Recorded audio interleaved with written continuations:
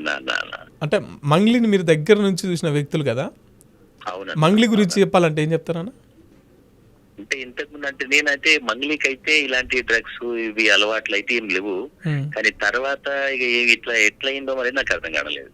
ఉమ్, మరి ఏంది birthday function అయితే జరిగింది. మరి ఆ ఫంక్షన్ లో ఏం జరిగింది, ఎట్లా జరిగింది మనకు తెలియని దాని గురించి మాట్లాడడం కూడా కరెక్ట్ కాదు కదా అన్న.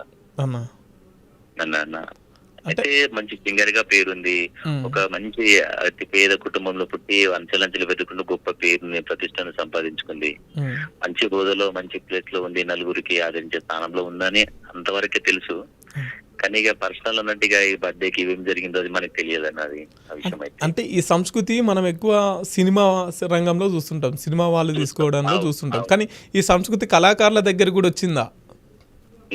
ఇంతకు ముందు అయితే ఫస్ట్ టైం మన సినిమా ఇండస్ట్రీలో మీరు అన్నట్టు సినిమాల్లో అక్కడక్కడ చూసే వాళ్ళము. అవును. ఇప్పుడు వినవలసి వచ్చింది కళాకారుల దగ్గర కూడా ఇప్పుడు ఉమ్. ఇది.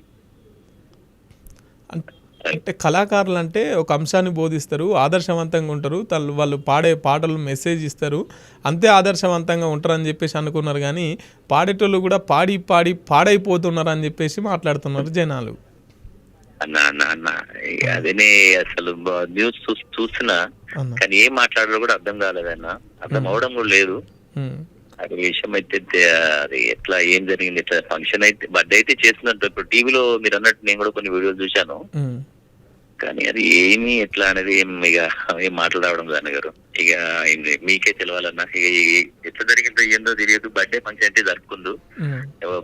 అది మీ టీవీలో మీరైతే ఎట్లా చూసారో నేను అంతనే చూశానన్నా, అంతే తెలుసు మనకి. అన్న అన్న ఓకే, థ్యాంక్ యూ అన్న. మంచి అన్న. పేరుందన్న, సింగర్ గా గొప్ప పేరుంది. అన్న ఇవాళ బంజారా జాతిలో ఒకప్పుడు మా వాళ్ళందరూ బంజారా జాతి అంటే సిగ్గుపడే వాళ్ళు. అవును, పేర్లు చెప్పాలంటే మాట్లాడాలంటే సిగ్గుపడే వాళ్ళు. అవును, ఇవాళ మేము బంజారాని గొప్పగా చెప్పుకునే స్థాయికి అమ్మాయి మాత్రం ఒక బంజారా బిడ్డగా గొప్ప స్థాయికి ఎదిగింది.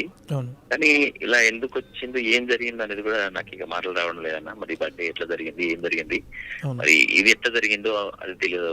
మనకు తెలియని ముచ్చట అది మనకు.